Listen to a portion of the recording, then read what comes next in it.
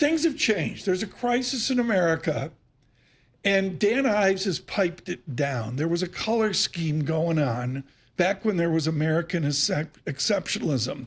And for those of you today, in honor of Louis Vuitton, the challenges they had yesterday, he's going with the washed pink shade today. Okay. A la LVMH. Yep. So we have a more subdued Dan Ives with this. Dan, how have you survived the last 10 days? You've had to bring some price targets down. What has been the Ives methodology to reset? A lot of coffee, a lot of calculators. And look, to me, it's talking to so many people throughout supply chain, customers, companies to understand basically scenarios. And that's how we viewed it. Like, what are number cuts going to look like? And then what does that mean for prices? And I think you're starting to now see the results of that, Nvidia being the first one in terms of the real effect from this tariff war. So, Dan, how do you think about, I guess, the underlying tech spend globally over the next 12 months? To what extent, if any, does that likely going to come down? Yeah, so Paul, I view it as, let's say, 325 billion Mag 7 spending on CapEx or AI. That's assumed, let's call that 280, 290. In other words, like that's right now what I think is baked in. Like you already are going to have probably 10% cuts, could be more. But I think most investors are going to basically, you're not going to have guidance. You're going to toss out June. You're going to toss out September quarter. You assume some negotiation gets the cooler heads. And I think right now, every investor I've talked to, you're looking at 26 numbers to understand what the normalized numbers look like with some sort of baseline tariff. I mean, let's do NVIDIA quickly here. I want to get to Apple, which I think is the attention of our listeners and viewers. Were you surprised by the NVIDIA markdown overnight? I mean, I think it's a knee-jerk reaction, and obviously it's a headline and it's negative news. But I mean, to me, Tom, like I already assumed 10% cuts. Right. Okay, let's start with Apple here. And you and I have gone back and forth in this over the years. And over the last 38 months, Dan Ives has looked like a genius on Apple until this crisis.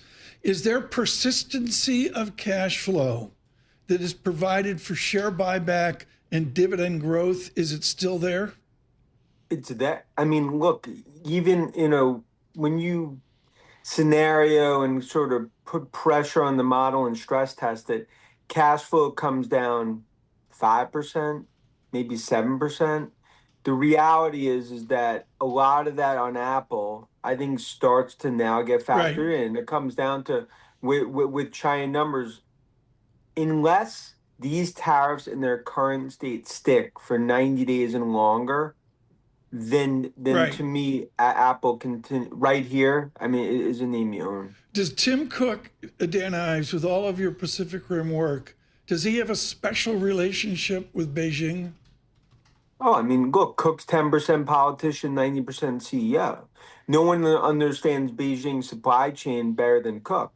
The reality is, I mean, look, India gives some optionality where you could, call maybe 5-10%, but they have no options outside Asia. I mean, and that's right now what they need to navigate and also make sure China, there's no retaliatory toward Apple. There's no retaliatory, we've talked about toward Tesla. I think right now that's front and center what he needs to manage as well as within the White House to make sure these tariffs don't impact to the extent, look, you can't have $2,000 iPhones. That'd be 30% demand destruction.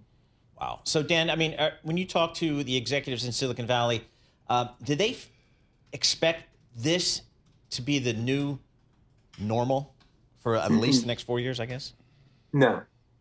I mean, look, whatever they publicly say, I could tell they're figuring out when negotiations happen, what the baseline gets to, what they're going to pass through, what they're going to eat, what they're going to ultimately pass through to the rest of the supply chain. And that's what they're trying to figure out in terms of what the new baseline will be once we get through this basically, you know, a UFC battle between China and U.S. Yeah.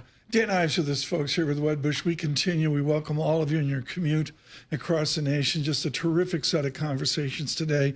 Out on YouTube, fiery chat out on live chat there. Thank you so much for your attention on YouTube. Subscribe to Bloomberg Podcast. Just amazed by the permanence of YouTube in living rooms and offices around the world. Dan, I'm not going to mince words. Reuters did a story out of Paris and Alvarado, Texas the other day on LVMH, Louis Vuitton, that they're having trouble with American labor manufacturing American bags. When tech people or politicians start spouting off about bringing those manufacturing processes of the Pacific Rim over to America, do we have the labor force with the discipline and the culture to make that stuff? No. And we've talked about it, you know, a lot over the last 2 weeks. That's a fictional tale. And the reality is that you could say made in America in terms of like the reality in terms of the labor force, the cost inputs, where the raw materials are coming from, and also the IP made in the supply chain.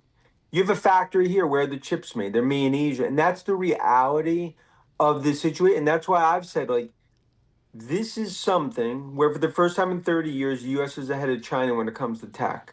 But if you don't navigate this third rail issue the right way, you'll cut the knees of tech, take it back years, and guess who wins in that? It's China tech. Dan, is there a place in your coverage that is a safer place to be, whether it's software with Microsoft or, I don't know? Yeah, Penn State baseball. Yeah, exactly. I'd say, Paul, it's software and cybersecurity. I mean, those are sort of the buckets from IBM to Oracle to Microsoft cybersecurity, whether it's Palo Alto, CrowdStrike, CyberArk, Checkpoint. Those are almost the defensive safety blankets in tech in terms of in software and cybersecurity, even though, you know, you'll have number cuts there too. But again, no company's going to give guidance in earnings season, and the streets are already factoring and baked into this. You have 10% cuts across the board. Okay, out of the pandemic, Dan Ives, I got a fancy standard deviation chart of Apple. It's well behaved, and it's a great Ives rally. The people that hate you aren't aware that you nailed that. You know, as a generalization, you nailed the move up is an Uber bull. I'm not that far out of two standard deviations down on Apple. I mean, the phrase Apple's cratered is not accurate, right? No, I mean, look, I think because the reality is that unless you assume just a black swan event Armageddon, everyone understands that like it's about it's the free cash flow. It's the services business, which is not really that impacted from tariffs. Got that right. That gives you massive downside protection in Apple. And that's why that stock is holding up the way it is relative to them being in the eye of the storm. So do you have a buy on Apple? Of course. Dude, to me, I Apple just love getting them upset. To me, Apple, over the next 12 to 18 months, you own Apple, you own Nvidia. I mean, I'd argue you own Tesla if you navigate these storms. You have to navigate the storm over the next 3 to 6 months. You do not panic. You're in a game of high stakes poker that's playing out with obviously the economy, you know, with it. I mean, Paul wants to get in here, but I'm sorry, I got to do this. Can Penn State football beat Nevada August 30th?